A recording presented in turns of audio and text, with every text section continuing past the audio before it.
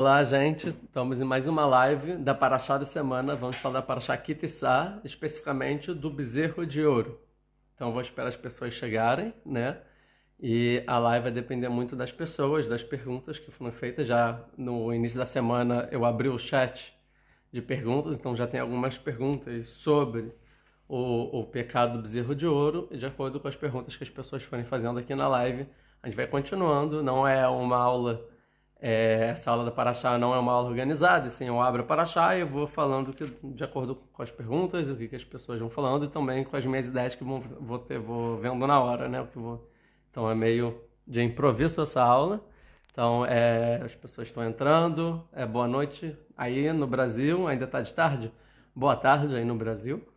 Já escureceu? Deve estar de tarde, né? E o pessoal vai comentando aqui, vai chamando as pessoas, curtindo. Tem aqui, né, quem entrar, tem aqui no canto, tem um direct, né, tipo um aviãozinho desenhado. Vocês podem mandar para outra pessoa para também participar da live. E então, assim, de novo, para as pessoas que não tinham entrado ainda, essa live é da Paraxá da semana, a gente vai falar sobre o bezerro de ouro. Já tem algumas perguntas que foram vistas antes e também quero que vocês que estão participando agora perguntem, né, para dar rumo à aula, né? Melhor improvisado do que organizado. O que é melhor? Quando organizado depende, né? Então, vamos lá. Essa aula eu vou fazer uma introdução e aí as pessoas vão entrando e a gente começa um pouco da aula, né? Que horas são agora? São, só para saber, 10h36, ótimo. 5h36 aí. Shalom, Cristiano. Vão dando like, mandando emoticon, vão mandando para as pessoas, para a gente ver quantas pessoas a gente chega aqui na live. Pessoas interessadas em estudar a Torá, para achar. Eu sei que o horário não deve ser um horário bom aí, mas senão fica muito tarde, né, aqui em Israel. Aqui já são 10h30, né, da noite. Vamos lá. Essa paraxá é uma paraxá polêmica, né, porque a princípio é um dos grandes pecados que o povo judeu faz. Os dois maiores pecados, se a gente for... Começou agora, sim, Cristiano, agora mesmo. Nem comecei ainda a falar.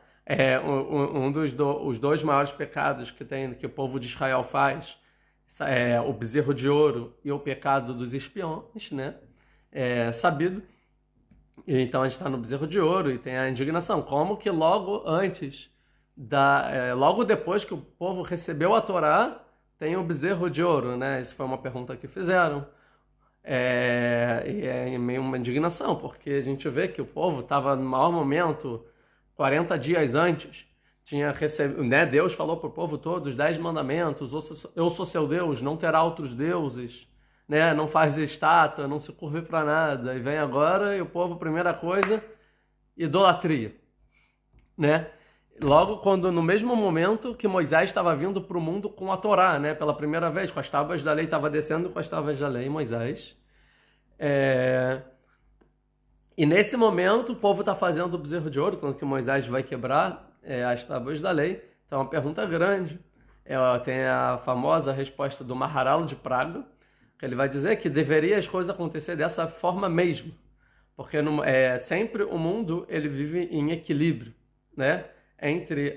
Para ter o livre-arbítrio. Você já estudou aqui nas aulas que eu fiz sobre o livro Derech Hashem, o Caminho de Deus, que tem que ter livre-arbítrio, que é o objetivo do mundo, que o ser humano tenha o livre-arbítrio. Então sempre ele vai ter que ter a decisão entre o certo e o errado. E no momento então que a Torá está vindo para o mundo, que talvez é o maior guia para a pessoa escolher o caminho correto, né, e se conectar com o bem, nesse mesmo momento tem que acontecer a idolatria, né? Ou seja, a gente vê que mesmo no momento de maior santidade tem um momento de impureza, que sempre vai ter o equilíbrio no mundo. Débora, bem-vinda. Tem uma pergunta da Débora. É um grande contraste. Tem alguma relação do bezerro de ouro com a vaca vermelha? Sim, tem. O Urashi, né, de acordo com o comentarista Urashi, sobre a vaca vermelha, que ele cita o rabino dele, um dos rabinos, que é o Moshe Darshan, que era um grande professor de Torá da época do Urashi. Ele vai dizer o seguinte, que a vaca vermelha vem espiar o filho, né? Porque o bezerro de ouro, o bezerro é o filho da vaca, Então a vaca vermelha vem expiar o pecado que foi feito com o filho, através de um bezerro. Então sim, vai ter uma conexão. Sim, a vaca vermelha vai ser dada posteriormente, depois do pecado do bezerro de ouro. E o Cohen Gadol, o sumo sacerdote, que no caso era o Aharon, irmão de Moisés, de Moshe, ele que tinha que fazer o ritual. E aqui é o Aharon também que conduz a situação, que é uma das perguntas. Fizeram então algumas perguntas para mim, pelo que eu me lembro. Eu tentei usar o Instagram e pegar as perguntas, só que eu não achei, não sei, não consegui utilizar direito, tem que ver melhor. Mas eu lembro de cabeça, mas eu não vou saber direito quem perguntou cada coisa para dar os nomes das pessoas. Mas uma das perguntas é essa, que eu acabei de responder. Porque logo depois de receber a Torá. Outra explicação para isso é o seguinte, porque o mundo, ninguém muda em um momento, né? Aconteceu um grande momento, uma grande revelação e agora mudou a minha vida. Não é assim que funciona. Eu só falei um pouco de Itró já em outra live sobre isso. Que, na verdade, um momento não é suficiente para quebrar um hábito, né? Para mudar de verdade. E sim as coisas constantes que mudam o ser humano. Então não é porque eles receberam Deus um momento, né? Que necessariamente não vão mais pecar. Tá caindo aqui a minha transmissão? Tá ruim? Ou é a sua? Tá bom? Mandem aí um joinha se tiver boa, manda assim se tiver ruim. O som tá bom também? Iluminação? Como tá aí? Então, essa é uma pergunta. Outra pergunta que fizeram, quais foram as outras perguntas? Por que um bezerro? Isso a gente vai, né, normalmente. 2, 3, qual o motivo do pecado? 4, por que precisa a pessoa ter a necessidade de construir algo para representar Deus, né? Isso tudo aí eu vou tentar explicar um pouco nessa aula. Através das perguntas e perguntas que forem nascendo, né? Vamos começar essa. Porque as pessoas têm necessidade de representar a divindade de alguma forma, né? E é um pouco simples, porque isso faz parte do ser humano, né? Porque como Deus ele é ilimitado, não tem corpo, não tem matéria, não tem... Tô vendo que o som tá bom, que tá tudo bom, obrigado, gente. Não tem matéria, né? Deus ele não tem como alcançar, entender a essência de Deus. Então o ser humano, normalmente ele é dotado de imaginação. E como a gente vive num mundo limitado, que tudo é material, né? Tudo você vê, tudo tem forma. E assim então a gente tenta dar forma para tudo, a gente tenta delimitar tudo e tentar entender tudo. O ser humano ele é dentro do mundo, dentro da realidade que Deus criou. Então, a gente precisa sempre tentar entender o que a gente não entende. E assim a nossa imaginação começa a trabalhar, e depois a gente associa a imaginação com o intelecto, com a parte racional, lógica, para conseguir entender as coisas que existem no mundo e botar em categoria, botar em palavras e por aí vai.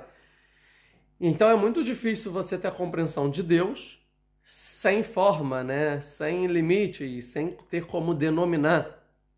Então o ser humano sempre tentou...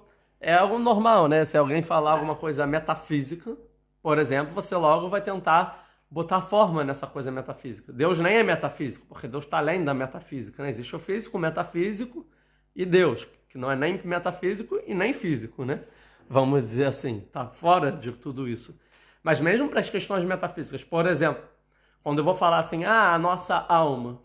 Quando eu falo a palavra alma, tenham certeza e me confirmem, imediatamente todos vocês que estão assistindo imaginam a alma de alguma forma, né? Vem naturalmente na nossa cabeça alguma forma para a alma, porque a palavra alma não pode ficar sem forma, sem imaginar nada, certo? Muitos de vocês podem ter imaginado, sei lá, um Gasparzinho, né? Um fantasminha, uma luz, sei lá, uma aura.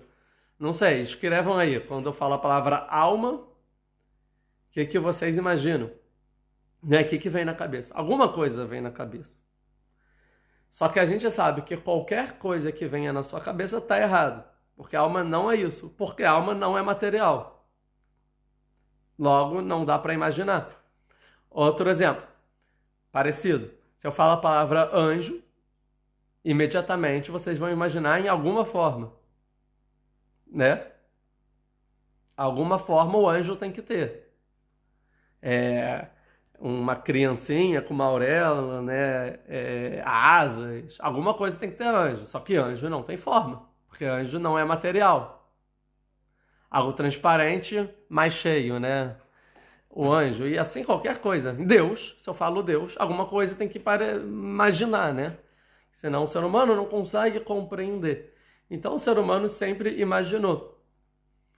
Essa imaginação para a questão didática funciona até certo grau, porém, em um determinado momento fica perigoso, porque a pessoa pode começar a dar forma para algo que não tem forma, e as ideias podem acabar se corrompendo ao decorrer do tempo.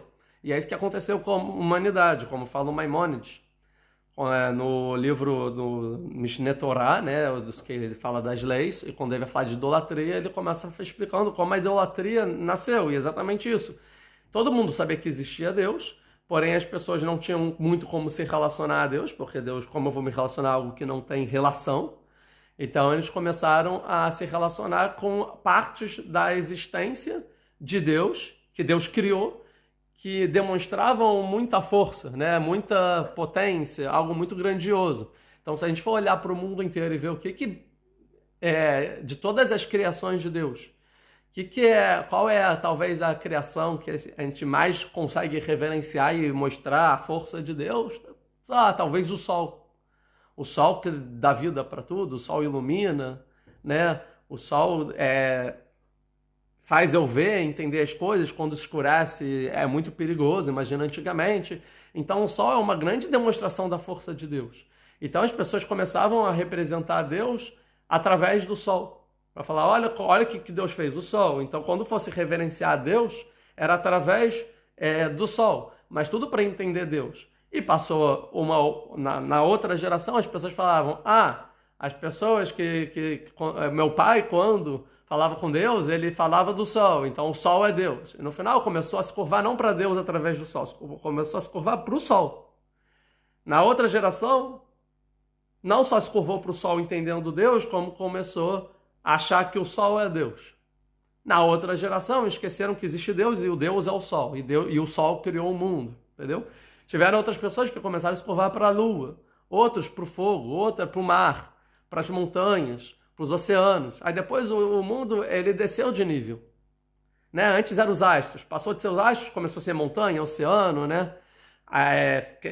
Fenômenos, coisas grandes de natureza, né? Depois passaram a se curvar para os animais, para as árvores, né? Para os animais. Nem mais era para montanhas ou os astros, não, ou elementos da natureza. Agora para os animais, então para a vaca, para o bezerro, para o carneiro, para as plantas, tinham determinadas árvores, né, que era a idolatria de Asherá, as Asherot, que aparece muito nos profetas. Eram árvores, né, que as pessoas se curvavam para as árvores. E depois disso, o mundo caiu mais de nível e as pessoas passaram a se curvar para pessoas. Qual era a ideia inicial? Que eram pessoas tão grandes que concentravam tanto poder e demonstravam então o poder, já que o homem foi feito à imagem e semelhança de Deus, que as pessoas começavam a se reverenciar para seres humanos. E depois que esses homens morriam, então eles viravam divindades, né? Talvez o primeiro ser humano a realmente virar uma divindade foi talvez o Nimrod, né? Que é a história de Abraham. Então, a partir daí, então, as pessoas começaram a se curvar para seres humanos. Depois disso, começaram a se curvar para ser humano em vida, não só em morte, também em vida, sim? E depois começaram a se curvar para coisas muito menores, né? Como, por exemplo, a idolatria de Baal, né? Que as pessoas se curvavam para os excrementos do ser humano, que talvez é o nível mais baixo da idolatria. Então a gente vai ver que, independente do erro, é natural que o ser humano queira sempre uma representação para entender Deus, para poder se relacionar com Deus, e isso tem um perigo muito grande. Muito, muito, muito grande. Tá? Porque as pessoas podem acabar achando que isso é Deus, ou eu preciso disso para me relacionar com Deus, e não precisa. Tá? Então, essa é a explicação. Então. Tanto que depois do bezerro de ouro, Deus manda construir um templo, né? O tabernáculo, o Mishkan. E bem ou mal, era através do Mishkan que você reverenciava a Deus.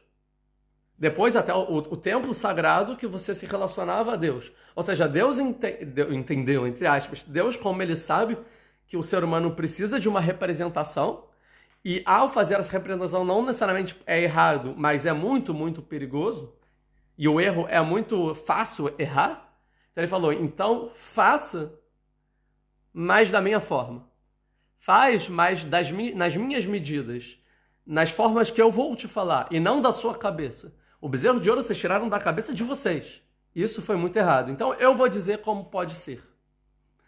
Então a gente vê que o templo também é também uma representação, né? Mas não uma representação de Deus, mas é sim um templo que se constrói, que ali tem uma revelação maior de Deus, e você se relaciona com Deus através, né, no templo, vamos dizer assim, não através do templo, mas no templo, ou no Mishkan, aqui no tabernáculo. Então vamos ver aqui o bezerro de ouro. Vamos tentar entender, eu vou ler aqui na Torá, a gente está no capítulo, em Shemot, Êxodos, para Shakitissá, capítulo 32. Vamos ver, cara, versículo 1. Eu vou falar mais ou menos o que acontece e depois a gente vê algumas explicações do que me dê na hora ou a pergunta que vocês fizerem, né? Deixa eu ver se tem pergunta que eu deixei de responder. Não, ainda não tem nenhuma pergunta. E chamem as pessoas. Quem entrou agora, curte, comenta, tá? E manda para um amigo aí para entrar na live para a gente explicar aqui do bezerro de ouro. Vamos começar agora a falar sobre o bezerro de ouro em si. Vamos ver o texto antes, minhas lives, né? Meu estudo é sempre vamos ver o texto e através do texto, do que está escrito na Torá, a gente se aprofunda, né? Tenta se aprofundar mais e mais e mais no assunto. Então, capítulo 32, versículo 1. Vayar Aam ki boshesh Moshe laredet minaha. Vaikahel Aam al Haron. Vayomeru elav kum aselanu Elohim asher yelchu lefaneinu. כי זה משה האיש, אשר אלינו מארץ מצרים, לא ידענו מה היה לו. Então, o seguinte, e viu o povo que se atrasou Moisés de descer do monte, porque Moisés estava 40 dias e 40 noites no Monte Sinai, e ele falou, no final do 40º dia eu vou descer. E o povo então ficou esperando, cadê Moisés que está 40 dias e nunca voltou? E lá eu sei que não tem comida, não tem bebida, então será que ele morreu? Mas ele falou que tal hora ele ia voltar. E o povo viu que ele se atrasou. Então pareceu que passou esse horário, eles se confundiram, vamos dizer assim, e falaram, Moisés falou tal tempo e não voltou. Então quer dizer que Moisés morreu? Ou que Moisés subiu direto para o céu? Então isso, eles viram que Moisés se atrasou de descer do monte, tá? Então eles falaram, agora a gente está sem líder, o que a gente vai fazer sem Moisés? E aí é aquela história da liderança, da aula que eu dei da liderança polêmica, aconselho que vocês vejam. A questão aqui do povo se mobilizar a fazer algo foi o desespero ao perder o seu líder. Porque eles acharam que através da liderança eles tinham sucesso. Sem a liderança de Moisés eles não eram nada. Como se fosse então que existiu aqui uma confusão mental em confundir Moisés com Deus, né? Sem Moisés a gente não tem Deus, só tem Deus através de Moisés. Deus não está se conectando diretamente comigo, eu preciso do líder, eu preciso do Moisés, que é o que alguém citou, né? Provocando um pouco as pessoas que endeusam, né? Os rebes, né? Os rabinos e tal, o rabino, né? Fazendo uma provocação aqui parecido. O maior rabino, Moshe Rabbeinu, Moshe é nosso rabino, que é, né, o apelido que o povo judeu dá para Moisés, o nosso rabino, e a gente perdeu ele. E agora? Deus nos abandonou, a gente não tem Deus. Então, o que eles fizeram? Eles se congregaram o povo, ala Haron. Interessante, está escrito que eles foram para Haron, eles se congregaram sobre Haron, ou seja, eles foram para Haron e falaram a Haron, Moisés, não sei o que aconteceu com ele, sumiu, morreu, se elevou, virou anjo, sei lá, o que aconteceu com Moisés, tá? O que eles achavam que aconteceu com Moisés. Agora, então, eles foram para Haron e exigiram a Haron uma liderança. Falaram, Haron, o que você vai fazer aí? Você tem que fazer algo sobre a gente. Você vai ser o nosso líder? Porque senão, quem é o nosso líder? Porque líder a gente precisa. Esse Al-Aharon é sobre Aharon, é muito grave, é muito pesado a expressão da Torá, sobre Aharon. E aqui a gente vai ver que estava efervescida, tipo, não era tranquilo, era uma coisa quente. Que Aharon, nesse momento, ele sente que se ele falhar em liderança, ou seja, dependendo do que ele falasse para o povo, ao ver que Moisés não voltou, mesmo que o povo estava errado na contagem, que Moisés ainda não tinha passado o tempo, ele estava em perigo de vida. Então, sobre Aharon, como se fosse, exigiram de Aharon algo com consequências.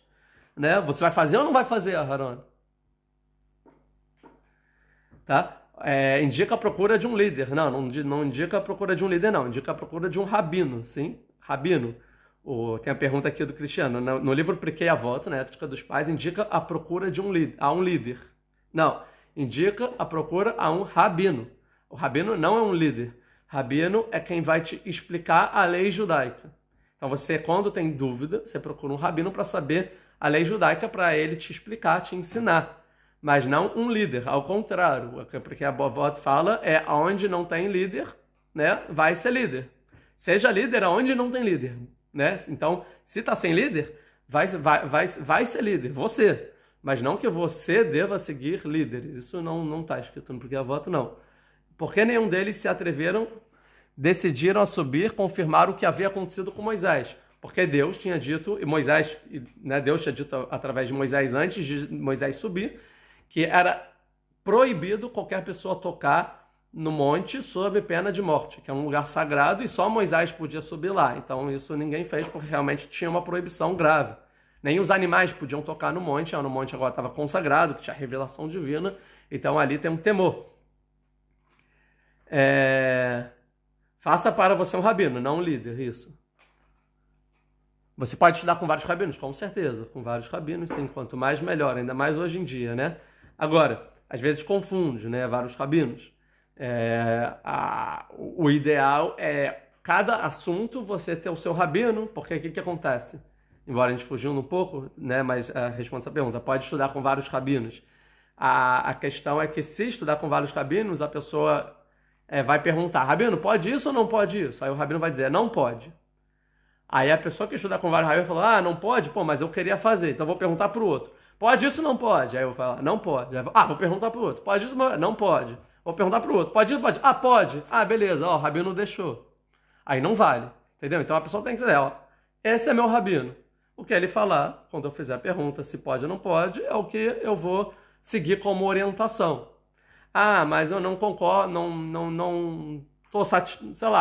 me identifico com esse rabino em todos os quesitos. Beleza, então você vai dividir por áreas. Nesse assunto, é esse rabino que eu ouço, porque eu sei que esse rabino é especialista nesse assunto e admiro nesse assunto.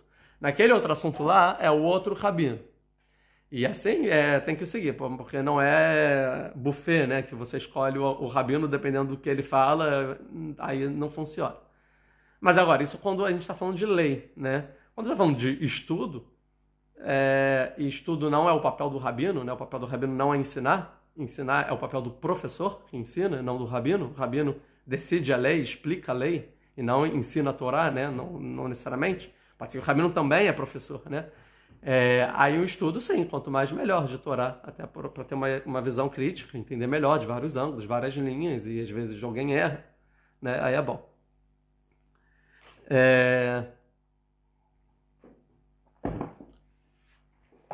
Então eles foram para Aharon. Vai ao Meru e falaram para Aharon, Elav, Asela. Aí desculpa, o Aharon vai falar. Desculpa. Eles vão falar para o Aharon. Aselano Elohim, Asher Ilhu Lefaneinu. Vai, se levanta, Aharon. Faça para a gente um Elohim que ande perante a gente. Por quê? Que Zé Moshe Raiz, que esse Moisés, o homem, Asher Eileinu Meret Mitzrayim, que nos tirou da terra do Egito, Lo Yadanu Mehayaló, a gente não sabe o que aconteceu com ele. E aqui é engraçado, aqui tem que fazer uma pausa antes de explicar, que é tão claro que está escrito no texto, E todo mundo lê o texto e todo mundo entende errado, né? Não sei, para não perder muito tempo, mas se vocês forem rápidos, por favor, me expliquem o que vocês entenderam desse versículo. Vou ler de novo. Falaram para o Aharon, dessa parte que eu vou falar. Se levante e faça para a gente um Elohim, para andar perante a gente, porque esse Moshe, o homem, que tirou a gente do Egito, a gente não sabe o que aconteceu com ele. Qual é a exigência? O que eles queriam? O que o povo queria para Aharon? Essa pergunta, alguém quer digitar aí? Vou dar um minutinho e aí a gente explica. Porque é muito interessante, porque na Bíblia, eu acredito que a maioria de vocês não é a primeira vez que está estudando comigo o texto da Bíblia. Não estou dizendo da forma judaica, com os rabinos. Não é a primeira... eu acredito que a maioria das pessoas que estão aqui na live não são pessoas que nunca souberam dessa história e falam, não quero ouvir uma história nova. Né? Ao contrário, vocês já sabem a história. Porque alguém já ensinou a história para vocês. Não sei se vocês tinham 3 anos de idade, 5 anos de idade, 10 anos de idade, 20, 30. Mas provavelmente a maioria de vocês já sabe a história. E é interessante porque quando contou a história, provavelmente não contou no livro, né? Contou por alto. E aí quando a gente vai ler o versículo, a gente já acha que entendeu pelo que contaram pra gente quando a gente era pequeno, quando a gente era, jovem. E aí a gente acaba não lendo o que está escrito. E 2, que tem influências ideológicas ou de outras religiões ou teológicas que não são da Torá, que influenciam a gente a entender errado. E 3, não necessariamente a gente traduz as palavras da forma certa e isso induz ao erro, né? Mas se a gente lê claramente, é muito simples o que está escrito aqui. Mas vamos ver o que as pessoas falaram. Eliane Costa, falou, eles compararam Moisés a Hashem. É verdade ou é mentira isso? Eles compararam Moisés a Deus?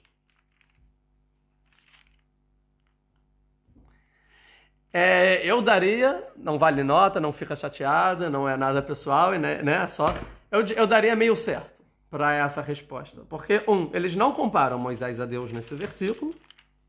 O que acontece, eles confundem, né, o responsável que tirou eles do Egito. Né? Eles acham que foi Moisés que tirou eles do Egito e não Deus. Isso é verdade ou mentira? Não vem ao caso agora. A gente pode ver depois, se der tempo. Mas não é que eles comparam Moisés a Hashem. E sim, eles confundem o papel de Moisés na história. Vamos elaborando, vamos ver o que vocês escreveram, aí eu acho que vai ficar claro. Mas eu gosto, né, de fazer um suspense também para vocês também pensarem e construírem um pensamento junto comigo, para não dar pronto, para vocês realmente refletirem, assim vocês aprendem. Que aprendizado é algo ativo, né, e não passivo, não é só ouvir, tem que estar junto. Os Almerev e Erev, né, pediram o bezerro, não, eles eram muito apegados à imagem, certo, João? Vamos ver? Como sempre, o povo quer um líder. Exatamente. O que eles pedem aqui não é um Deus. Débora como é? Mendacoli. Mendacoli, isso? Exatamente, Débora. Isso sim, tá certo. Eles não pedem um Deus nesse versículo. Eles não pedem um Deus, eles pedem um líder. Um líder, Evelyn, exatamente. Eles pedem um líder, eles não pedem um Deus.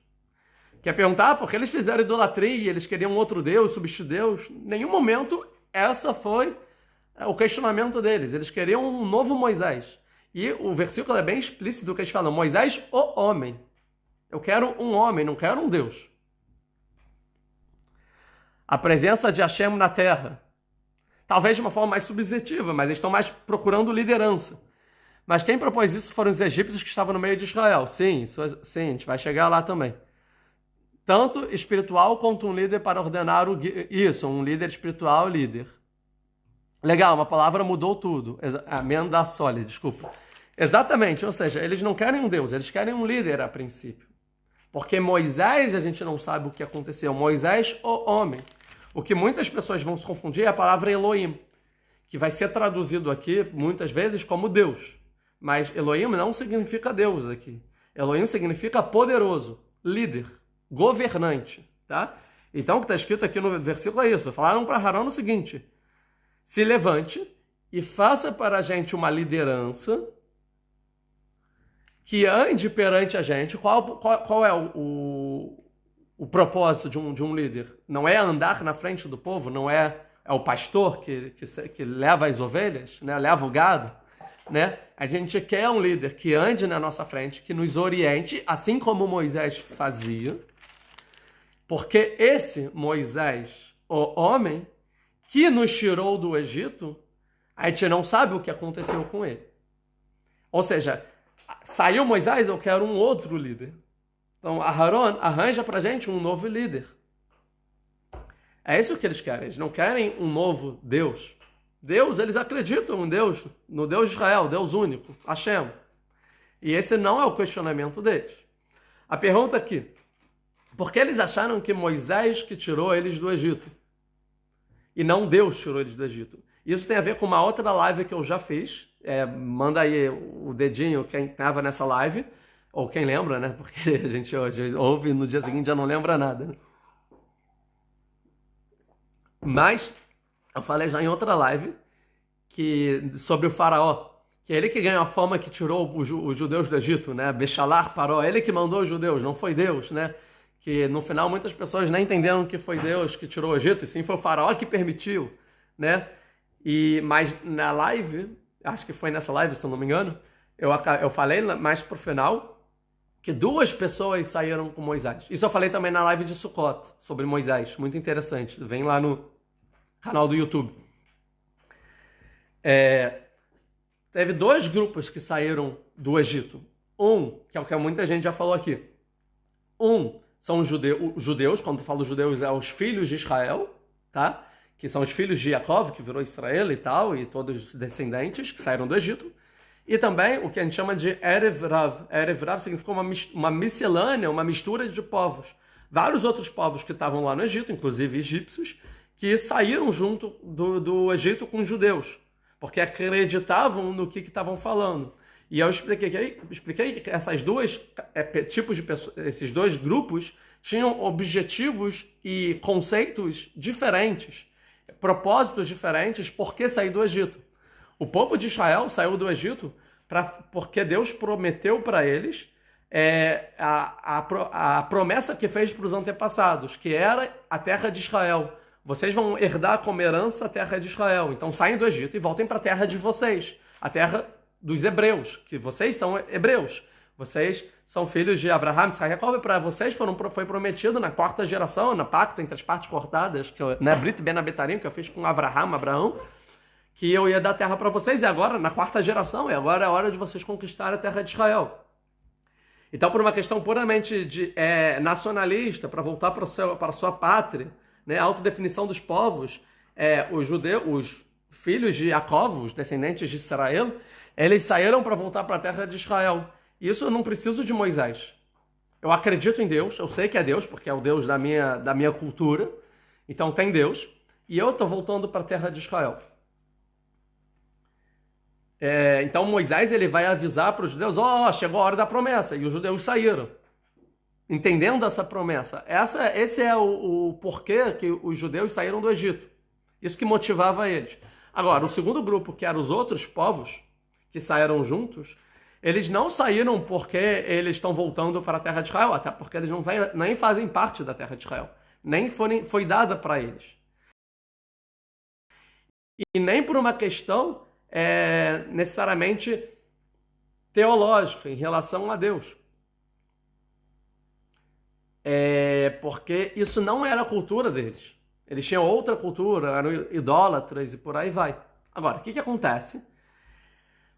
Quando Moisés chega no Egito e acontece tudo o que aconteceu, as 10 pragas, o diálogo com o faraó, e depois o povo sai do Egito, eles ficam admirados pela personalidade e liderança de Moisés e o discurso de Moisés, e eles saem muito mais por Moisés.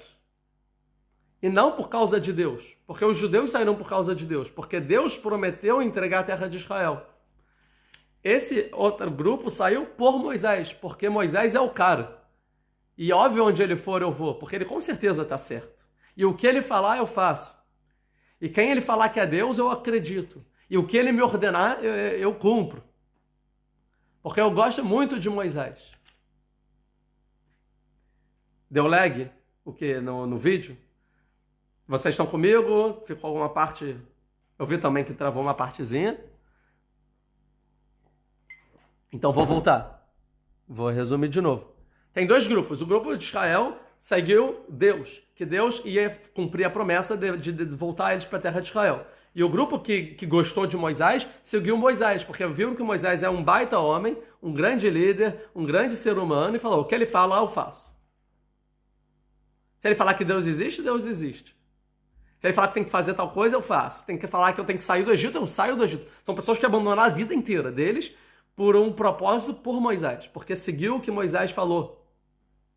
Então esses são os dois grupos. No final, esses dois grupos recebem a Torá no Monte Sinai. Os dois. Tá? Agora, os judeus receberam a Torá entendendo de Deus, que tem a ver já com a cultura, porque bem ou mal, eles já faziam grande parte dos preceitos que os patriarcas já faziam e por aí mais. Agora, o outro grupo que não estava familiarizado com essa cultura nem nada disso, eles recebem porque Deus Moisés está mandando. Moisés falou, ó, faz isso, isso, aquilo. Claro, acredito em Deus, eu acredito. Porque onde Moisés vai, eu vou atrás. Agora acontece que Moisés falou assim, então, eu vou subir aqui 40 dias e 40 noites, depois eu volto. Beleza? Falo, beleza, eu espero, 40 dias e 40 noites. Acontece que passa esse tempo e Moisés não volta. Quando esse Moisés não volta, quem que fica desnorteado? O segundo grupo, que o meu líder morreu, o meu líder, eu não sei o que aconteceu, que está escrito em Merraialó, não sei o que aconteceu com ele. Não tenho mais o líder. E cara, eu abandonei minha vida inteira por esse líder. Esse líder sumiu do nada, me abandonou. O que eu faço no meio do deserto? Então eles foram para o Aharon, que era a maior liderança, e falou, arranja um substituto. Porque o Moisés, eu não sei o que aconteceu com ele. Eu quero alguém que me dê a direção, que ande na nossa frente. Agora, não o povo de Israel. O povo de Israel, com Moisés, sem Moisés, dá no mesmo. Não interfere em nada. Tá? Isso a gente vai ver que tem muito a ver com o background da cultura de cada etnia, de cada cultura, antes de tudo, né? Eu ouvi dizer que tem um povo egípcio que eram de magia negra e queriam saber como Moisés faz magia. Isso é verdade? Dizem que o Egito tinha muita magia negra. E sim, muitas dessas pessoas dominavam magia negra, sim. E vão ter comentaristas de como eles fizeram o bezerro, usando magia negra, isso de acordo com o Zohar, tá? Filhos de Bilam, eram os dois filhos de Bilam, de acordo com o Zohar, de acordo com a Arisa. Mas não é o tema aqui exatamente quem fez, como o que fez. Mas tem esses dois grupos. E o que eles queriam, então, o segundo grupo é uma liderança. E na busca de uma liderança, e não entendendo que não precisava de liderança necessariamente, porque Deus ele continua intocável, que vai aqui surgir o erro. Tá? Tanto que a gente vai ver que não está escrito Bnei Israel. E viu o povo. O que é o povo? O povo, sempre está escrito o povo, é o segundo grupo. Tá? O povo é o segundo grupo. Senão estaria escrito Bnei Israel, os filhos de Israel. Mas está escrito o povo. O povo é o segundo grupo. Que Moisés se atrasou de descer do monte e se congregou o povo, de novo. Veio questão de voltar. O povo, sobre Aharon. E falavam para ele, nos façam um novo líder. Que ande perante nós. Porque esse Moisés, o homem que tirou a gente do Egito, porque a gente saiu por causa dele. E de fato, eles não estão mentindo. Eles saíram não por causa de Deus. E sim por causa de Moisés. Ló no Merraialó, a gente não sabe o que aconteceu com ele. Realmente, agora tinha um pessoal desnorteado. E óbvio que demora tempo de educar e entender que o líder era só um líder. E não foi ele que tirou do Egito. E que, na verdade, era Deus. E tem algo muito maior. Tá? A gente vai ver, por exemplo, como é tão essencial como a mudança de cultura muda totalmente. Mesmo os dois grupos eram justos, sadiquim, pessoas boas que queriam cumprir as coisas certas e corretas. Mas a gente vai ver que como a cultura muda tudo, né? Vou dar um exemplo. Messias. O assunto de Mashiach. O Messias vai chegar. Quando vem Messias e a gente pensa sobre a época messiânica, é época messiânica. E não o Messias. O título é Yemot HaMashiach. A gente vai viver a época messiânica.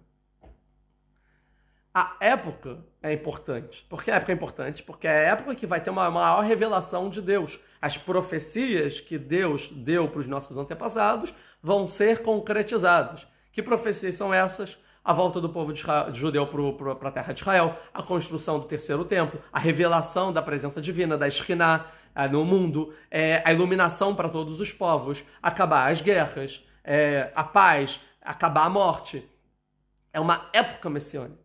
E quando o povo de Israel, o primeiro grupo, pensa sobre a época messiânica, o personagem Messias, que é o líder dessa época, ele é tão secundário e indispensável. Porque o que me importa não é o líder, e sim é a época. É o que vai acontecer. É Deus, é a revelação divina que me importa. Quem é o líder, o que ele faz, se ele está aqui ou lá, se ele desapareceu ou não, pouco me importa.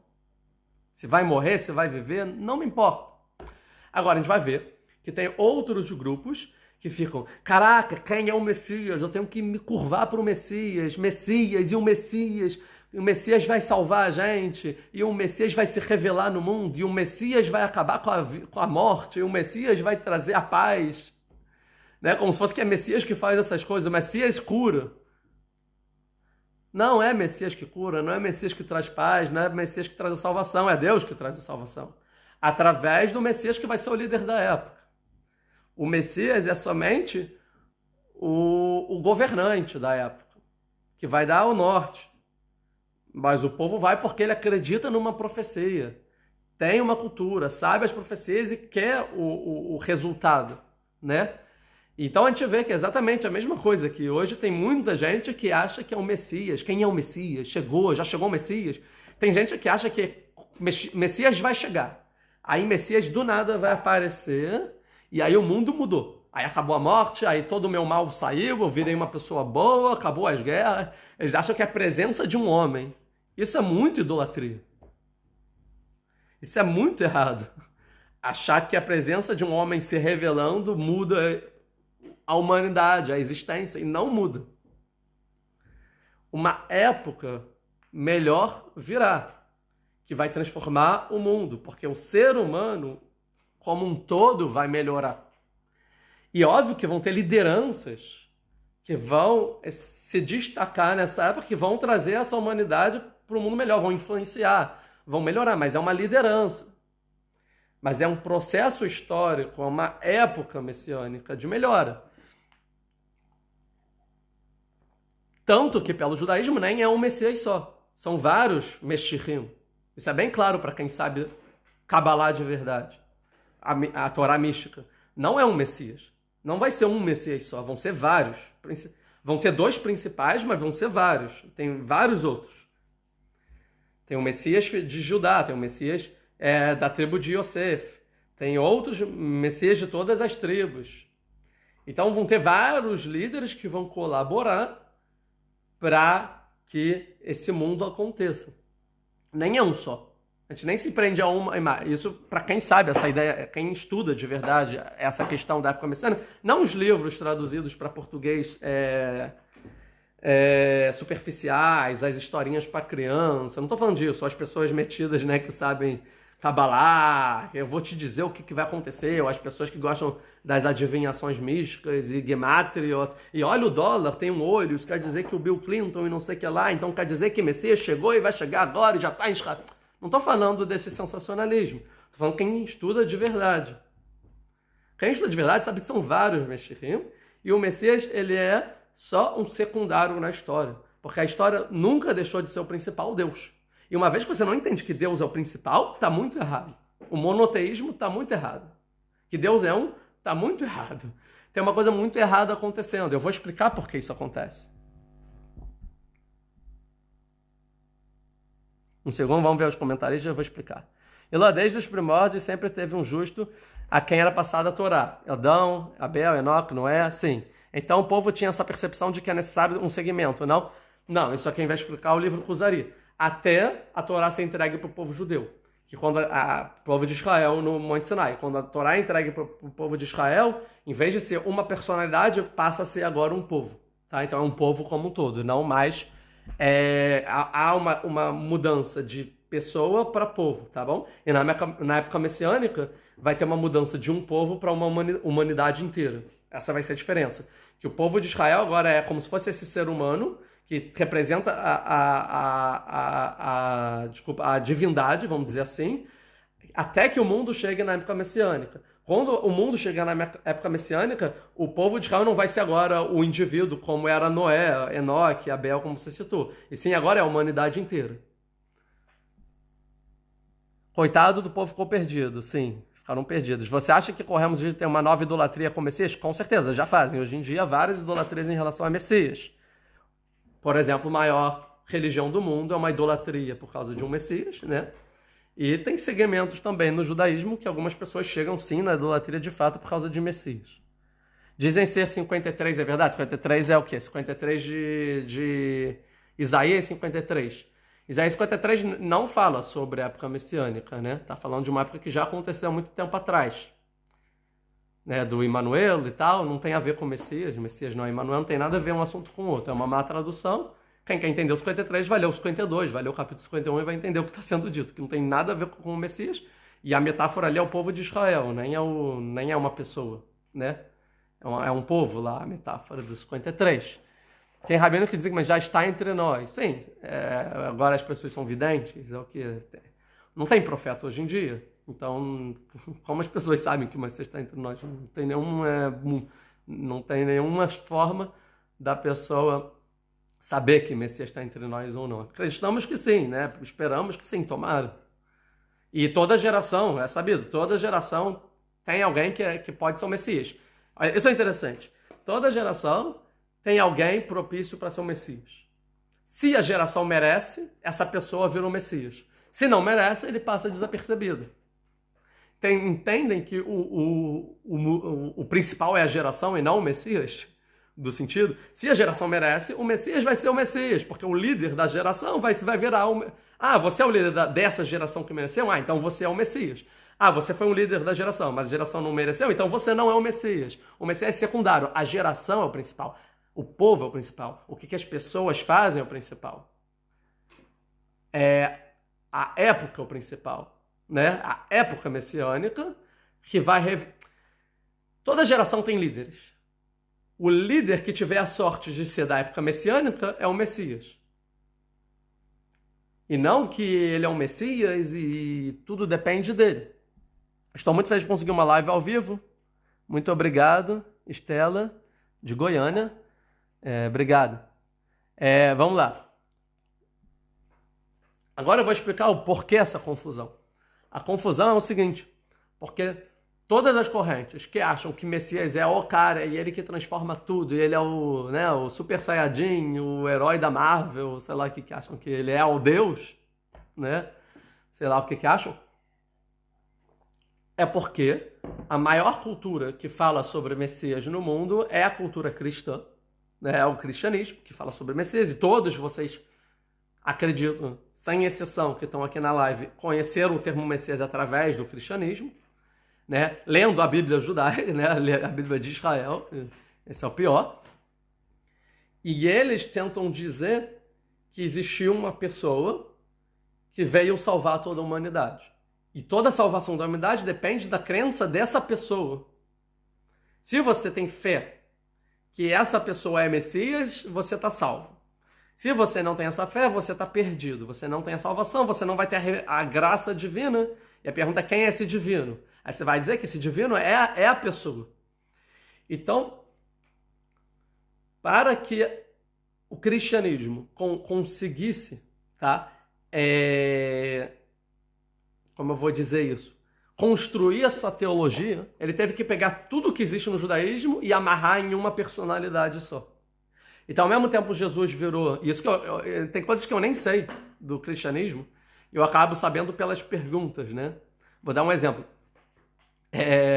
Muita gente, nas 2 últimas semanas, vieram me perguntar se o Messias também vai ser o sumo sacerdote, né? O Kohen Gadol.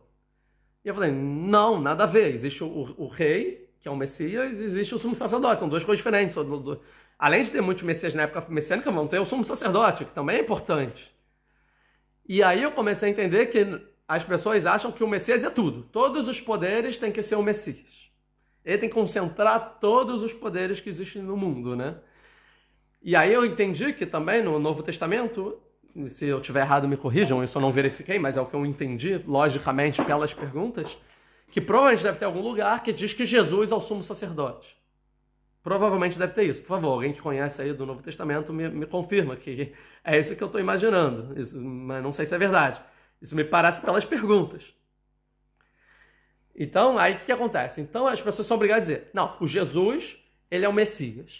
Jesus também, ele é o sumo sacerdote. Ah, Jesus também tem que ser Deus. Jesus também tem que ser o Filho. Não, Jesus também é o Espírito Santo. Jesus também tem que... Ou seja, no final, tudo tem que ser Jesus. Tudo tem que depender de Jesus, tá? E para condicionar o ser humano a depender unicamente, exclusivamente da fé dele, como tudo, tá? Para que esse ser humano possa ser salvo. Então isso é que é a teologia cristã. E aí quando a pessoa fala isso assim, não, eu quero saber se está escrito, alguém pode me dar fonte? Ah, tá em Mateus, não sei o que lá, não sei.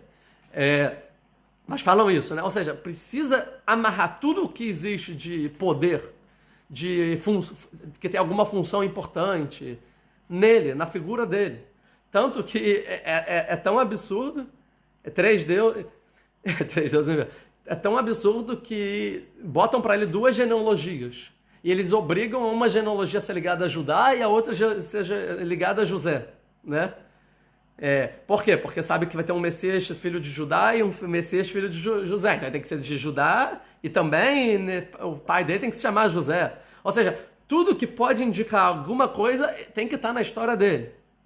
Porque ele é tudo, ele é Deus, ele é o cara...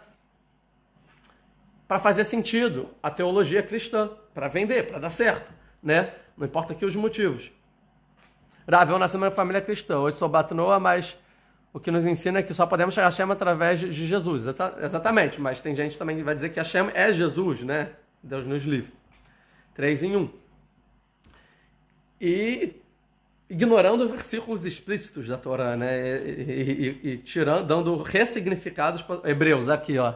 Hebreus 4, 14 e 15. Depois vamos verificar como associa ele ao sumo sacerdote. Também a história dele tem que ser sempre associada a todos os passos que Moisés deu, né? Foi para o Egito e voltou.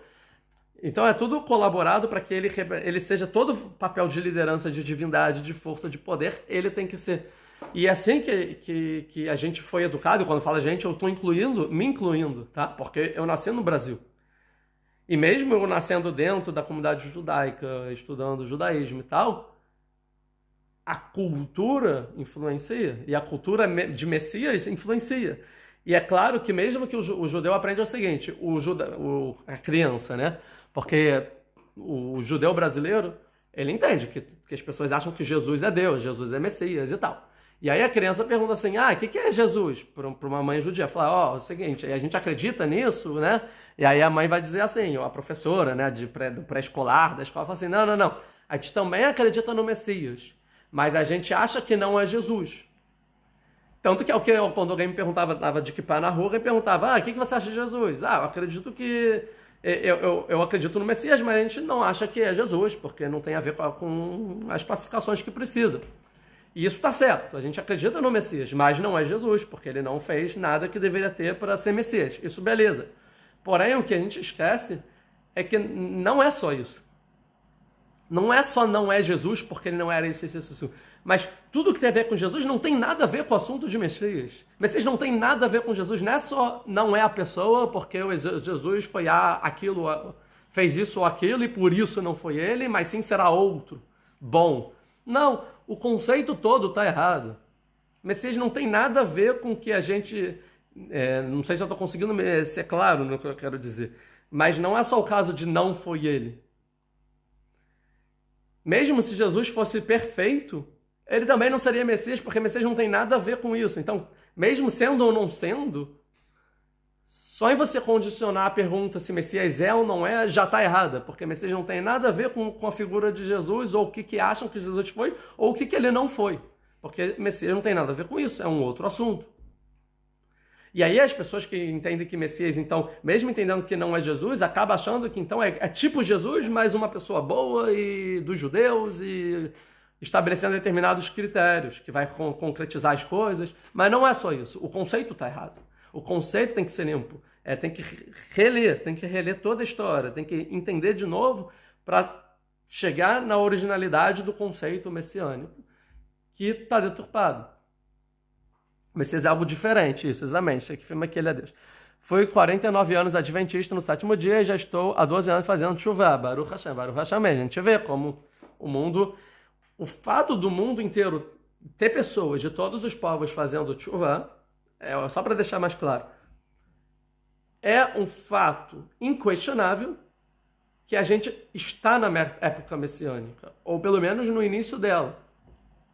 Entende? Como isso é um fato inquestionável, independente se tem liderança ou não. O fato de eu morar em Israel, e eu sou judeu, e assim como eu, a maioria dos judeus moram hoje em Israel. Não, desculpa, não a maioria. Israel é o lugar que tem mais judeus no mundo. Isso é um fato inquestionável que estamos na época messiânica, embora não tenha uma figura de Messias. O fato da terra de Israel, depois de 2000 anos, dar frutos, é um fato inquestionável que estamos na época messiânica. O fato de eu estar aqui na internet, aqui em Israel são 11h30 da noite, falando de judaísmo, e sem ter medo de morrer, né? Sem ninguém para me matar, e pessoas interessadas e querendo ouvir, e também não judeus, é um fato inquestionável que estamos na época messiânica. Então, a época messiânica, ela é vista de acordo com o que está acontecendo, e não com a pessoa que existe ou não. Ah, mas ele já está em Israel. O que muda se ele está em Israel ou não? Ah, ele não apareceu. O que muda se ele apareceu ou não apareceu? As profecias estão acontecendo. O mundo está melhorando. E ponto final. Porque Deus, para quem vê, aparece, né? Deus faz as coisas.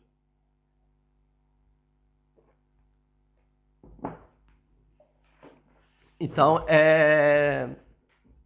esse foi o erro aqui. Mas aí, vamos continuar. Vaiomer Aleichem Aharon. Então, o Aharon, o que ele vai tentar fazer? Ele vai tentar ganhar tempo. Porque como eles sabem que eles estavam errando na conta, e eles estavam confusos, e com certeza Moisés vai voltar, se eu consigo que eles ganhar tempo até amanhã, um pouquinho mais tarde, acaba a confusão. Moisés vai voltar e vai resolver tudo. Resolveu. Porque o líder voltou, e acabou.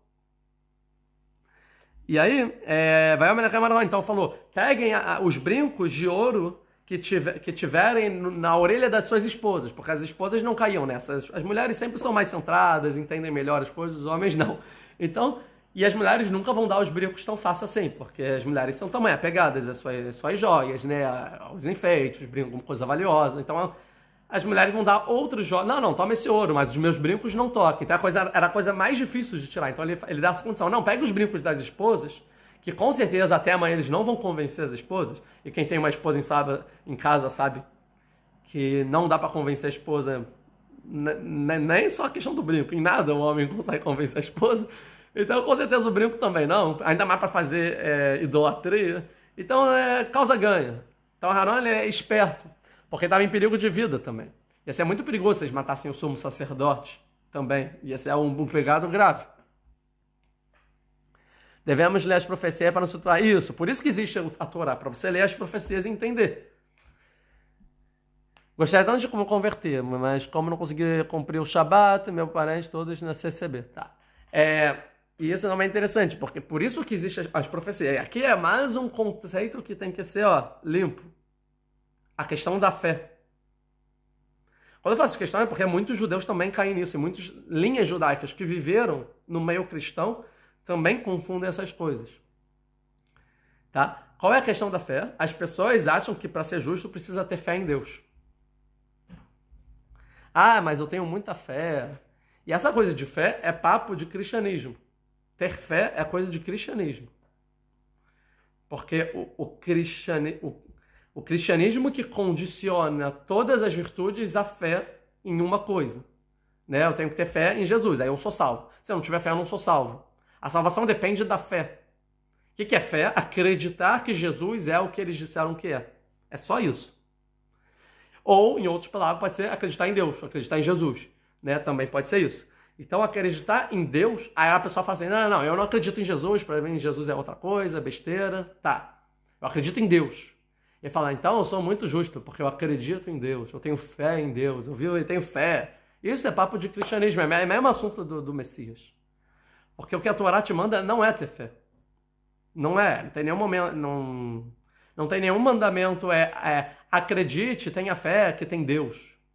É como se fosse que toda hora tem que ficar tipo, não, tem Deus, tem Deus. Ah, mas parece que não, tem Deus, tem Deus. Não, eu tenho fé. Não é isso também. O que a Torá te manda é assim, seja uma pessoa boa, ajude o órfão, ajude a viúva, eduque seus filhos, casa tem filhos, trabalhe, ajude a sociedade, cumpra os preceitos, seja uma pessoa boa, tenha justiça social. É isso que a Torá te manda. E não é questão de você acreditar em Deus. Deus existe, é claro, é óbvio, é sabido. Não tem que ter fé. Uma hora, quando a pessoa exerce na prática aquilo que Deus mandou e que quer, é uma demonstração clara de que Deus existe. Essa é a revelação divina. A fé é tipo assim, eu não faço nada, mas eu tenho fé. Não estudei para a prova, mas eu tenho fé que eu vou passar. Ou seja, é um chute. Na verdade, é um não sei que eu vou passar. Eu acredito em Deus. Então você não sabe que Deus existe. Você acredita. Tipo, como eu não sei, eu acredito, tô chutando. Deus deve existir, então eu vou seguir que Deus existe. Fake news, né? Depois não sabe porque tem tanto laico no mundo. Porque a igreja está numa quebra total. Porque as pessoas ficaram inteligentes. E quando veio a ciência que fala, vamos comprovar as coisas, a fé não tem vez, porque a fé é achismo, a fé é fake news. A fé é incerteza. Quando você prova cientificamente, é certeza. Tá? É o que a gente vê hoje em dia na nossa sociedade, na época atual, coisas muito graves que estão acontecendo por causa da fé. Deixa eu ver o que falaram. Sim, tudo tem seu tempo. Lembrando que vou fazer o bezerro não era os judeus. Sim, isso eu falei, sim. Qual é a questão da fé? E agora eu já falei, vou falar que é opinião minha, tá? Não li em nenhum lugar, não estou seguindo ninguém, nenhuma opinião rabínica, minha opinião. Por que tem terraplanista hoje em dia no mundo? Por que tem gente que acha que a Terra é plana? Não faz nenhum sentido, né? Não tem porquê, não existe o porquê ninguém acreditar que a Terra é plana, porque é uma crença. Como não é comprovado cientificamente. Ao contrário, já foi comprovado cientificamente que a Terra não é plana. Tá? E tem gente que acha que a Terra é plana. Acha que a Terra é plana. É o quê? Tem fé que a Terra é plana. Aí eu fico me perguntando, por que as pessoas resolvem acreditar que a Terra é plana? É o quê? É time de futebol para torcer? Não, eu sou a favor do time da Terra plana. O que provoca o ser humano ficar tentando se convencer que a Terra é plana? Ou então antivacina, né? Mesma coisa, mesmo assunto. Não, eu sou antivacina. Não, isso é coisa do... Ou então que a gente que acredita em Illuminati, pelo amor de Deus. Tem gente que acredita que existe uma ordem no mundo que quer dominar e matar as pessoas. Os governos querem matar os cidadãos, né? Pelo amor de Deus, é só ser sensato. Sensatez. Não faz sentido. Não tem nenhuma lógica. Isso é uma crença baseada numa ideologia. Baseada no quê? Isso que nesses últimos tempos de vacina, de terra plana, né? Esses últimos anos eu fico me questionando muito o que faz as pessoas seguirem esses caminhos que no final dá em desgraça. Né? Seguir essas coisas são crenças falsas, que eu já falei sobre idolatria, que são crenças falsas, ideologias falsas, baseada no quê? Né? Então, aí depois de muito pesquisar, então é uma opinião minha, é um achismo também, não estou dizendo que é comprovado que é isso, não quero bater o martelo, é isso, mas é o que me faz sentido. Depois vocês podem dar a opinião de vocês também, gostaria de ouvir até, pode ser até pelo direct, quem não quiser por aqui, ou quem quiser botar aqui, que é o seguinte, é porque as pessoas acreditam na Bíblia. As pessoas leem a Bíblia e elas acreditam na Bíblia.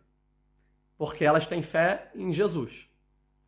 E se elas disserem que elas acham algo que é contrário ao que está escrito na Bíblia, quer dizer que eles não têm fé em Jesus, quer dizer que eles não são pessoas salvas. Estão fadados ao inferno. Então eles só são salvos se eles já têm fé em Jesus, ou seja, fé na Bíblia. E na Bíblia está escrito literalmente que a terra é plana. Porque tem um versículo que fala que Deus fica sentado no seu trono e os seus pés sobre a circunferência da terra.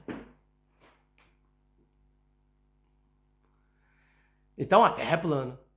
Porque se eu falo que a terra é redonda, eu não acredito em Jesus. E se eu não acredito em Jesus, eu não sou salvo. Eu não tenho a graça divina. Eu não sou religioso, eu não estou conectado com Deus.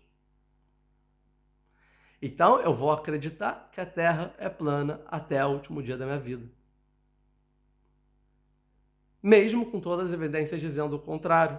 Porque quem diz o contrário são aqueles hereges que não acreditam em Jesus, cientistas, laicos, que não têm a palavra e não são salvos. São pessoas mais do pecado do primeiro ser humano. No final, é a teologia cristã que faz as pessoas... Essa é a minha opinião, posso estar errado, tá? Mas muitas das pessoas, no final, é a teologia cristã já no meio do subconsciente da sociedade, que faz as pessoas acreditarem em terra plana. E essa é a questão mais interessante de todas. Ah, falta o bezerro, boa. E essa é a questão mais interessante de todas. Porque Jesus, que ele cancela todos os mandamentos da Torá, ou seja, toda a prática humana, e ele fala só tem que ter fé, ele fala mais uma outra coisa, e só tem que amar o próximo como a ti mesmo. Então no final tem duas coisas, a fé e amar o próximo, e o amor. Né? Que o cristão é amor, e eu já falei sobre isso também, por isso que a sociedade tá toda, ninguém sabe educar os filhos, porque é amor, sem prática, né? Então, a Terra é levemente oval, sim, claro, oval. Então, tem o amor. Mas o que acontece? A gente acaba percebendo que as pessoas que são conectadas a Jesus, elas são conectadas através do medo, do temor, né?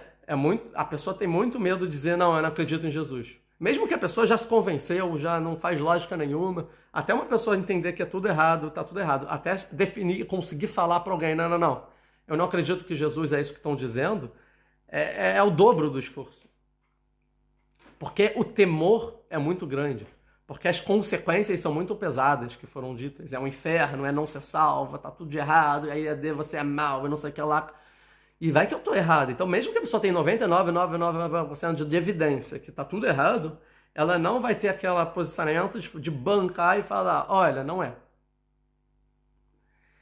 E isso é o maior entrave que existe no cristianismo. Que o cristianismo ele tenta botar todas as mães que Jesus é tudo, e ao mesmo tempo todas as artimanhas que se você abandonar essa crença, acabou para você. Porque ele vai punir. Deus pune quem é herege, quem não tem fé, as pessoas que não têm graça, que estão não sei o que lá, e são pessoas desprezíveis, não sei o que lá, não sei o que lá. E aí, cadê o amor?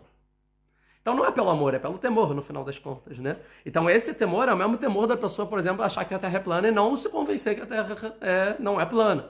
Ou então, vacina, ou essas coisas que as pessoas estão imaginando que existem conspirações e por isso eu não vou fazer o que eu tenho que fazer para me salvar. A gente está falando de salvar de vida, né? Salvar a vida, no final das contas. Querido professor, o que se divulga é que os Illuminati são os falsos judeus. Tem vários, não sei direito qual é a teoria, mas cada um inventa a sua, né? Porque já que é fé, cada um acredita no que quer acreditar. Eu sou obrigado a concordar com você, Rav. Rola um pouco de terrorismo, sim. Já pensou queimar para sempre no inferno? Exatamente, esse é o medo. Aí muita gente fala, inferno judaico. Calma aí, inferno judaico. Faz o seu. A gente erra, a gente acerta. Mas vamos evoluir, crescer. O inferno a gente não sabe, Deus não contou o que acontece no inferno e no céu. Então não é o propósito. O propósito é aqui na terra e agora. O que você vai fazer agora? Qual é o preceito? O que você está fazendo? Como você vai guiar a sua vida? Você vai tomar o controle da sua vida ou você vai ficar baseado em medo de falsas ideologias, de você se desprender de falsas ideologias? Né? Esse é o posicionamento de todos os amigos e familiares, além do cancelamento público. Mas isso já não tem a ver com a religião, isso tem a ver com a cultura, né, com a tradição. Isso eu consigo entender, né? A questão do posicionamento que a pessoa sai da cultura da família e realmente, então tem também com muito respeito, né? Tudo com muito respeito. Isso já não é amor, é só... Dos lados cristãos, Jesus é a Torá viva, sim. Verdade, foi muito difícil para mim, mas a partir do momento que eu vi que acreditar em Jesus seria uma idolatria, eu olhei e você está certo. Tá, então agora vamos...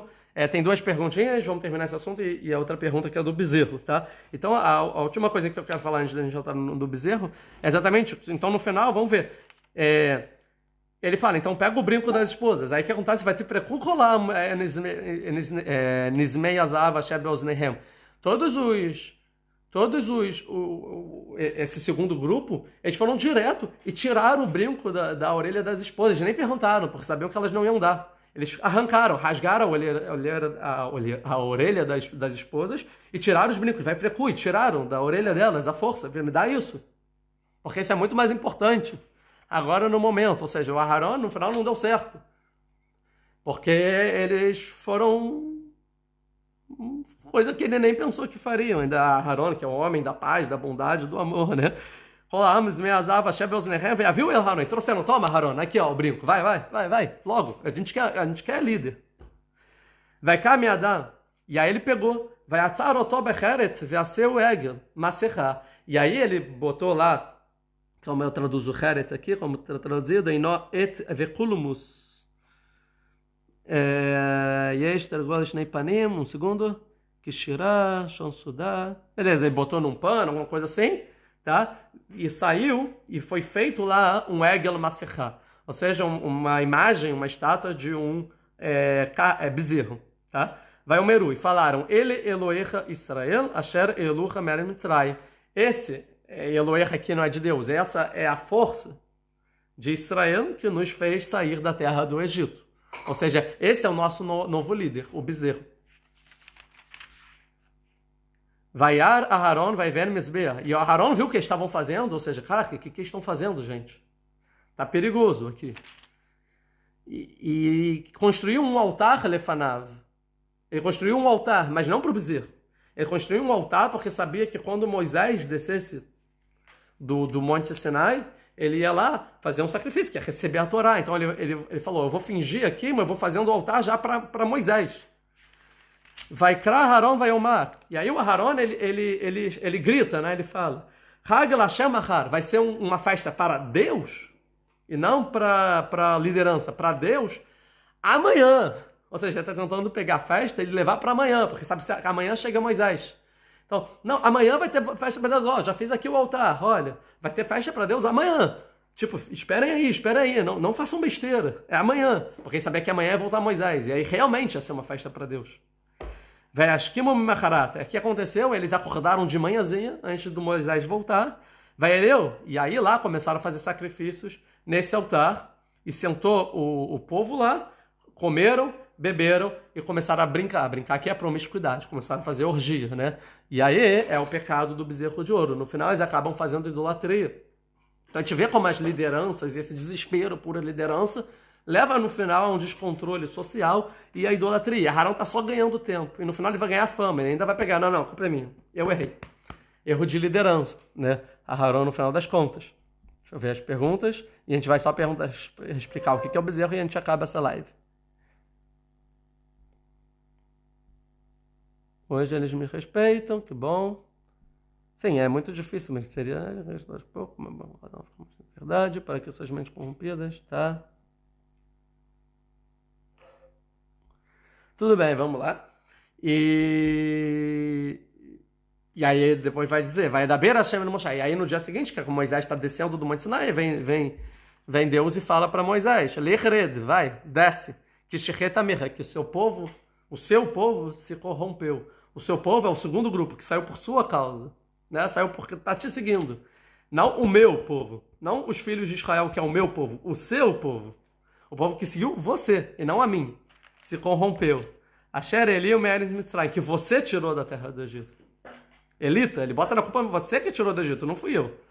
Surumaher, eles se desviaram tão rápido do caminho, Asher Tzvitim, que foi ordenado, Asulahem Ega Maserhai, fizeram aqui uma estátua, né, de bezerro. Vai estar Ravuloi, se curvaram para ele. Vai Esberruloi, sacrificaram para ele. Vai o Meru e falaram, ele Eloecha Israel, essa é a força de Israel que nos tirou da terra do Egito. Então Deus falou, tá na tua conta aí, Moisés, né?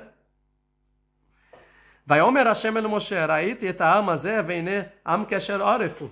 Veja esse povo, é um povo de dura cerveja, né? De cabeça dura, vamos dizer assim. Não vou, óbvio que eu podia estar aqui fazendo lives sobre esses versículos, mas Viatanichali, Vacharapi, Vachem, Vachale, Vaseoti, Legoi Gadol.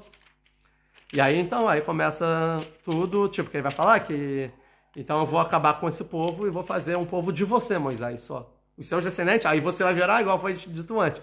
Você vai virar um Noé, um Éber, ou seja, de você vai virar o povo de Israel agora. E não aqui. Vai errar Moshe, e Moshe então ele suplica muito para Deus, até que ele fica doente de tanto rezar para Deus. Et pinei Hashem perante Deus, ele erra. E aí vai questionar. Tá, então, já fora do assunto. A pergunta, então, que faltou... Tem duas perguntas aqui. A pergunta que faltou é porque é um bezerro, tá bom? Tem várias respostas para isso, tá? Vamos pegar a resposta do... Deixa eu ver qual que eu posso explicar como para vocês, que são coisas mais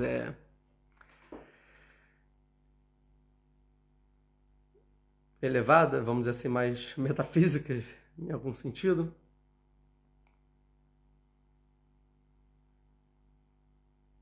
Um segundo.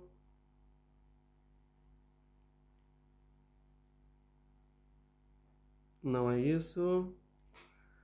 O que fala o Ebenezer... Calma aí. Tô querendo achar. Em Ezequiel.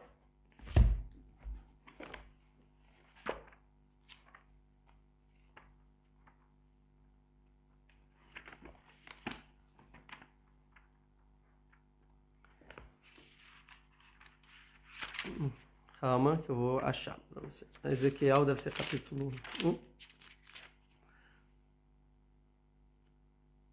Aqui.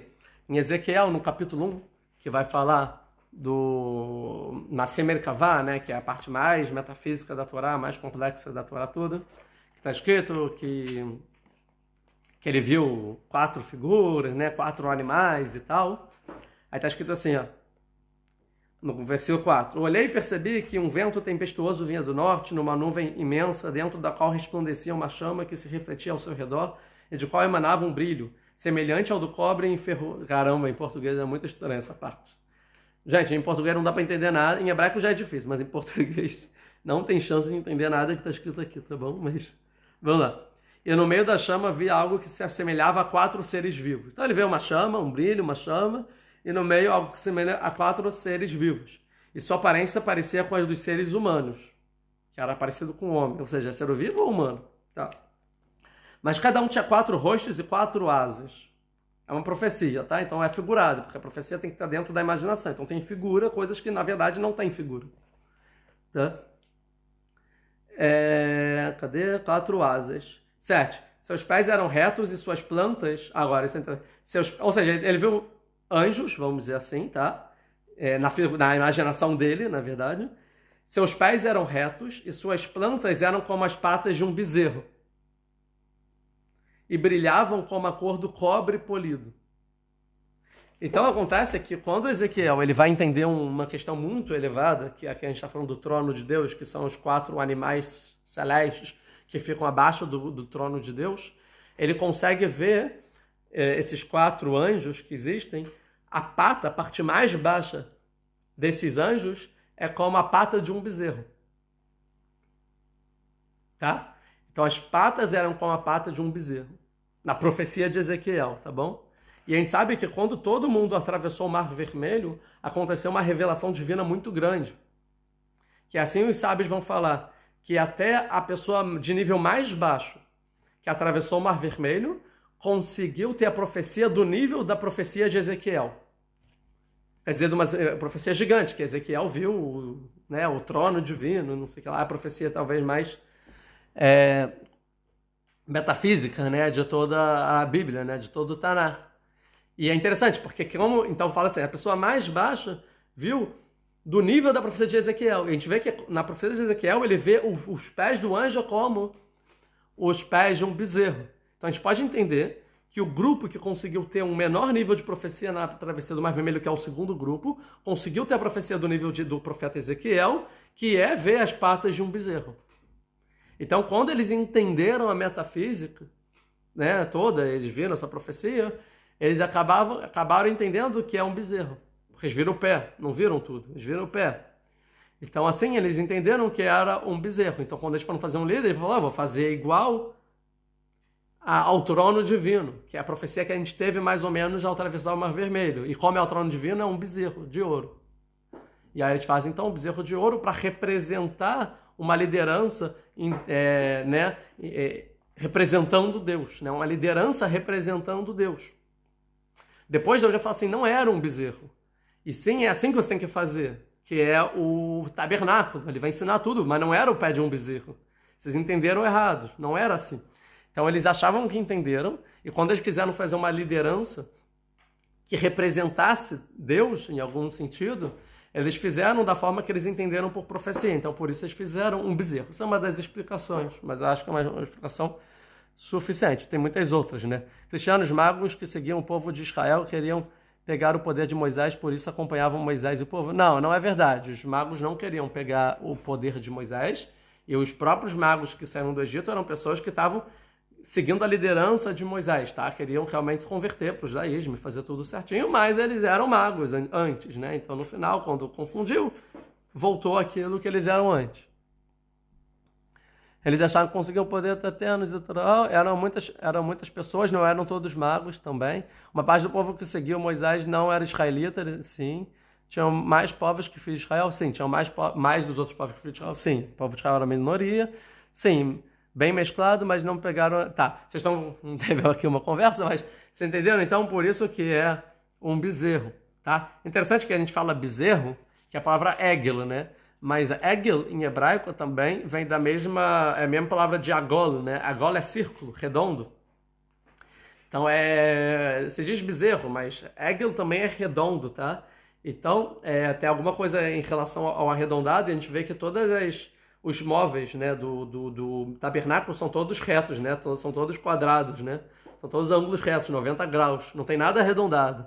Então aqui também tem uma questão, né? Que o redondo tem a ver com o natural e não com o que é ético, sim, com a questão da natureza, mas não dá para explicar agora isso.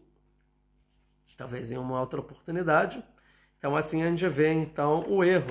O erro foi achar que a liderança que faz tudo e assim esquecer de Deus.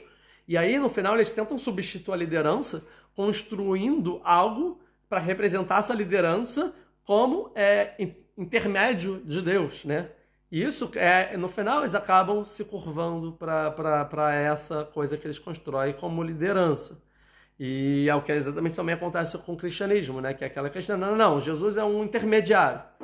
Não é Deus, é um intermediário. E no final você acaba... se curvando para o intermediário também, né?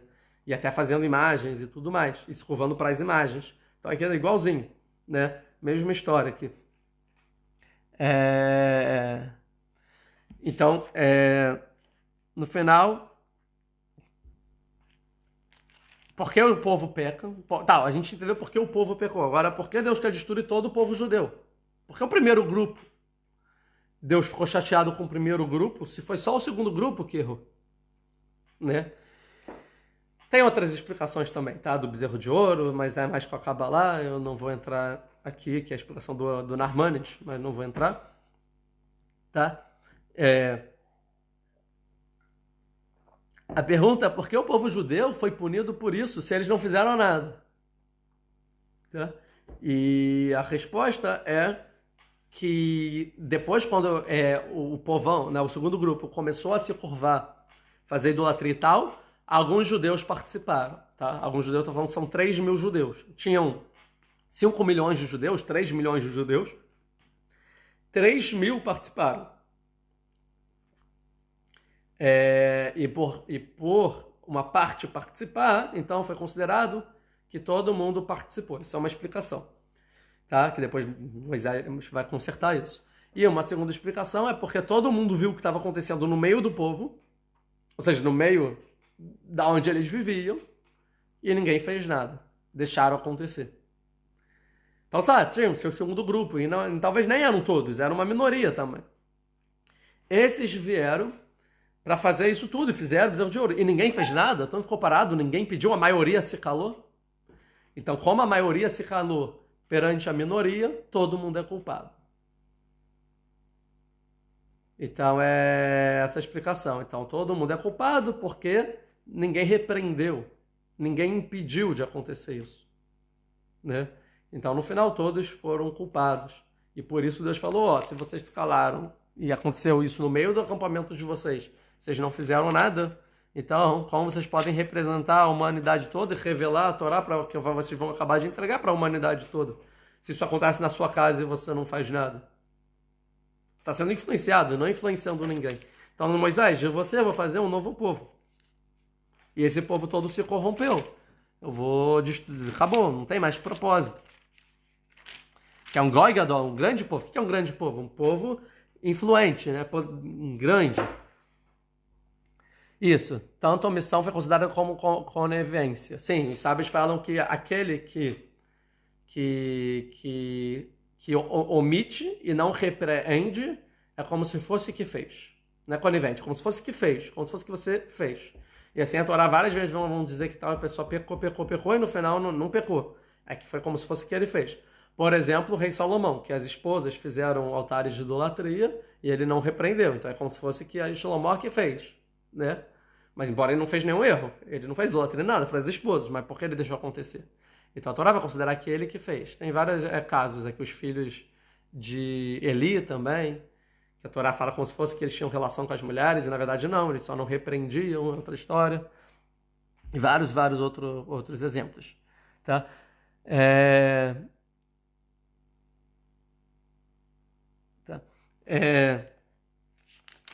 Tem aqui tá aqui uma discussão sobre os magos. Eu não peguei direito a discussão.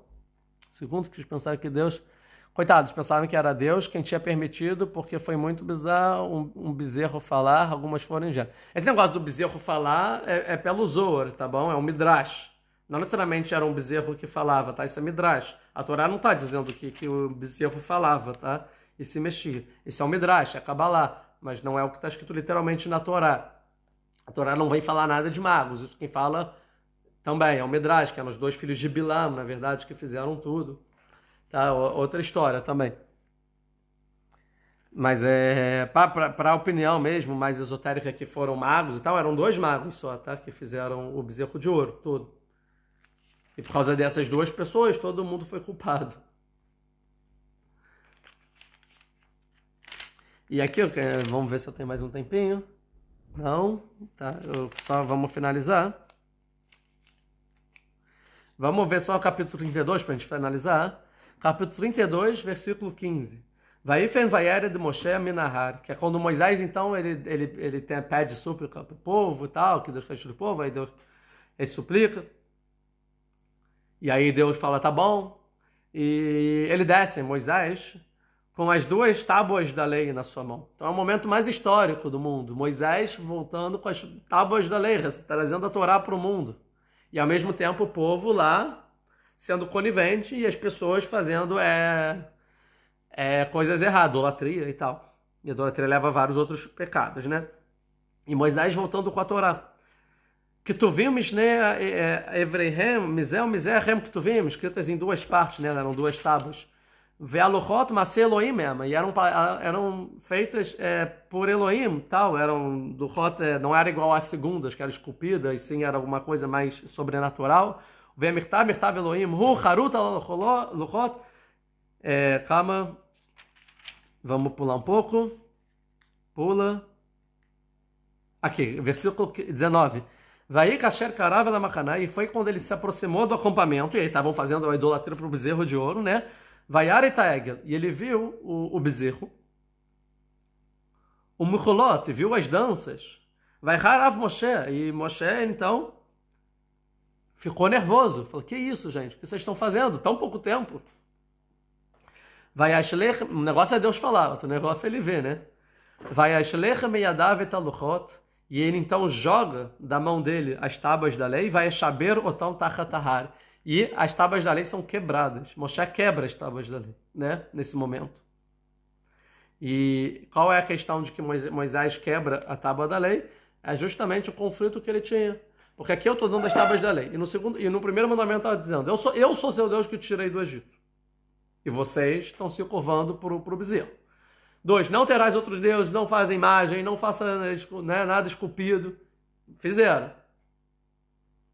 3, não fale o nome de Deus em vão. Estão fazendo aí para idolatria. 4, respeite o Shabat, que Deus criou o mundo em 6 dias, agora estão se curvando para o bezerro. 5, respeitar o pai e a mãe. A gente sabe que tem 3 pessoas que fazem Deus, o pai, a mãe e Deus, né? Respeita os pais, pai e a mãe, para lembrar de Deus, porque através de Deus o pai e a mãe teve o filho. Cadê Deus na história? 6, não matarás. Mataram. Queriam matar o Aharon, mataram o Hur pelo Midrash, que era o outro líder. Primeiro foram para o Hur, que era o filho de Miriam, e mataram ele. Aí foram depois para Aharon. Aharon falou, não, então vamos fazer amanhã, né? Não quero entrar aqui nesse assunto. Relações proibidas, falso testemunho. Estava toda a Torá sendo profanada. E falou o quê? Eu vou entregar para eles um contrato, né? Ou seja, leis que eles estão profanando. E aí eles vão ser culpados, porque eles vão ter recebido algo que eles estão descumprindo. Então eu prefiro quebrar. Que aí eles não receberam. Eu vou falar assim, não, eles não receberam essas leis, não aconteceu nada disso, eles estão fazendo porque eles não receberam sobre eles. E aí é menos grave, do que eles terem recebido e descumprido na cara. Então ele resolve quebrar as tábuas, né? Ele quebra as tábuas, isso é interessante, para preservar o povo. Que aqui então Moisés tem o maior, talvez, dilema da vida dele. Que por um lado ele tem o povo, e por outro lado ele tem a Torá, que ele acabou de receber. E aqui ele fica num dilema de juízo de valor. O que vale mais, o povo ou a Torá? Se eu fico com a Torá, o povo já era. Mas tem a Torá no mundo, tem Torá. Se eu quero o povo, eu preciso quebrar a Torá. Tirar a Torá. E óbvio, quando ele quebra a Torá, ele não sabe que vai receber de novo. Ninguém sabe disso. Ou seja, e a Torá volta para os céus e acabou. Não tem mais Torá no mundo. Tudo que aconteceu, não aconteceu. Volta para estaca zero. Mas o povo permanece. E a pergunta é, o que tem prioridade? O povo ou a Torá? O que eu preservo? A Torá no mundo ou o povo de Israel no mundo? E aí Moisés, ele quebra a Torá. Né? Ele toma a decisão dele. Ele fala, não, o povo tem prioridade à Torá. Então eu prefiro quebrar a Torá e não ter Torá no mundo, e que ninguém receba a Torá, do que esse povo ser exterminado. Então, para proteger o povo, ele destrói tudo que ele acreditava. Toda a Torá. Tudo que ele ficou 40 dias, 40 noites, não sei o que lá, ele prefere ignorar isso. Prefiro, a gente segue aqui, vai para a terra de Israel, mas sem receber a Torá. Não tem mitzvot, não tem 613 mandamentos. Tá bom. E por ter tomado essa decisão certa, no final Deus falou, sobe de novo que eu vou dar a segunda tábua da lei. Perdoei o povo e vai ter Torá também. E aí depois ele vai descer em Yom Kippur com a segunda tábua da lei, e aí vai ter povo com Torá. Aí vai ter o recebimento verdadeiro dos 613 mandamentos, no dia do perdão, que eles se perdoam do pecado do bezerro de ouro. E aí é outra história. Então a gente vê que o papel do líder, mesmo que o líder ele acredita numa ideologia e tudo, e com certeza até aquelas ideologias corretas, no final, o mais importante é o povo. Ele é um líder, então ele é a liderança de alguém, esse alguém que faz ele líder. Né? Ele é o povo é o principal, e não o líder é o principal. Por isso que Moisés é o homem mais humilde, é o melhor líder que já existiu na humanidade, que ele não é nada, no final, o povo é tudo, né? Eu estou todo pro povo, mesmo que eu tenha que quebrar a Torá. Não, e ele escolhe o povo, ele faz a decisão certa de um líder, né? Proteger o povo, né? Então ele protege o povo em detrimento à Torá, que é algo muito grave, né? Em detrimento à Torá. Imagina, rasgar uma Torá, Deus nos livre. Ainda mais as tábuas da lei escritas, né? Que foi dadas por Deus, era alguma coisa que a gente nem tem ideia agora, e teve consequências, não é aula sobre essas consequências disso. E ele prefere, então, deixa a Torá de lado, mas vamos preservar o povo agora, que o povo precisa sobreviver. Depois que o povo sobreviveu, Deus falou, agora vem receber a Torá, porque você vai ficar com os dois, porque o povo se arrependeu e você foi um bom líder. O bom líder é aquele que preserva o povo, né? E o Mashiach vai ser semelhante, ele vai se anular ao povo. E nunca ele vai, se não me seguirem, já era, né? Vocês vão para o inferno, vocês não, tem que todo mundo me reconhecer, se curva é a mim, óbvio que não. Né? Ao contrário, o povo está no palco, né? E o líder, ele fica atrás da cortina. que o povo que tem que crescer, a humanidade que tem que se elevar, as pessoas que tem que tomar as posturas corretas, e o líder ele só tem o papel de ajudar o povo a se aproximar de Deus, né? Então Deus é o principal e o povo, a humanidade se eleva, e o líder ele só orquestra, né, as coisas, ele só é a pessoa que orienta, ele é o orientador, mas ele não é o super-herói, ele não é a estrela, ele não é a pessoa que fica nos holofotes. Os holofotes todos estão em Deus, ou no povo, na humanidade, e na época messiânica, os holofotes estão em Deus, e na humanidade, no ser humano qualquer. E o líder faz o papel deles, né, de gerir de forma correta e fazer com que o povo viva com saúde, com prosperidade, né, com felicidade e tudo mais, que é o que o povo espera botar as lideranças. Mas hoje em dia está tudo corrompido e as lideranças acham que eles são os principais do mundo. E as pessoas entendem as lideranças como realmente pessoas além do ser humano, que podem tudo. Então que em breve tenhamos dias melhores e consigamos melhorar nosso relacionamento em relação às lideranças e não esperar tanto da liderança, sim fazer a nossa parte da nossa sociedade, ainda mais que a gente vive na democracia. A gente faz a nossa parte, a gente vai escolher pessoas boas, né, propícias para estar no cargo. E assim a revelação de Deus no mundo, em breve, em nossos dias, na época messiânica, com o Messias. Muito obrigado a todo mundo e até a próxima. Terça-feira tem aula, se Deus quiser.